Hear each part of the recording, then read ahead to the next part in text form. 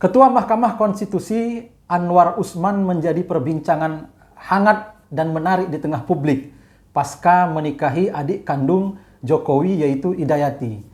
Pernikahannya saya mengucapkan selamat, barakallah atas pernikahan yang sudah dilangsungkan dan itu sah-sah saja.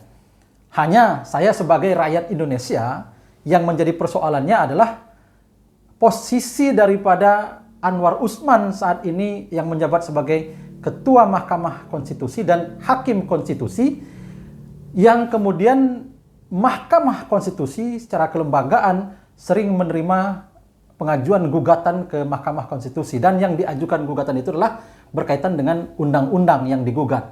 Nah, undang-undang ini adalah produk hukum dari pemerintah dan DPR. Nah, dalam hal ini pemerintah tentu komandonya adalah Presiden Republik Indonesia.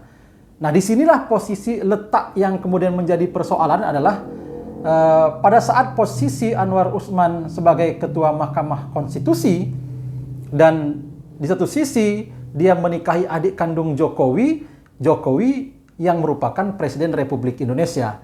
Nah, tentu untuk menghindari konflik of interest ke depannya atau konflik kepentingan, bagaimana tidak saya katakan konflik kepentingan pada saat ada masyarakat mengajukan gugatan ke MK yang itu tergugat adalah pemerintah, tentu ini menjadi potensi-potensi konflik kepentingan. Maka dari itu saya mendesak Anwar Usman sebagai Ketua Mahkamah Konstitusi untuk kemudian menjadi negarawan sejati agar menghindari konflik of interest ini untuk mundur dari Ketua MK sekaligus juga mundur dari jabatan dari Hakim Konstitusi.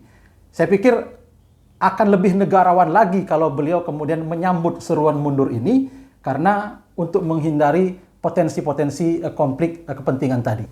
Nah, ini juga saya bacakan berita dari CNN Indonesia.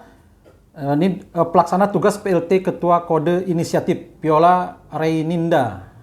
Nah, ini beritanya. Viola mengingatkan Anwar Usman terkait kode etik kehakiman usai dirinya kini memiliki hubungan keluarga Presiden Jokowi. Jika ada hubungan keluarga, hakim wajib mengundurkan diri. Hal itu diatur dalam pasal 17 ayat 4 UU nomor 48 tahun 2009 tentang kekuasaan kehakiman dan penerapan prinsip ketidakberpihakan dalam peraturan MK nomor 9 PMK 2006 tentang pemberlakuan deklarasi kode etik dan perilaku hakim konstitusi. Nah, inilah pendapat yang menarik juga. Saya pikir Pak Anwar Usman ini mendengarkan aspirasi-aspirasi, pendapat-pendapat dari tokoh-tokoh yang kemudian menyarankan, termasuk Bushro Muqaddas juga menyarankan agar Anwar Usman mundur dari jabatannya sebagai Ketua Mahkamah Konstitusi.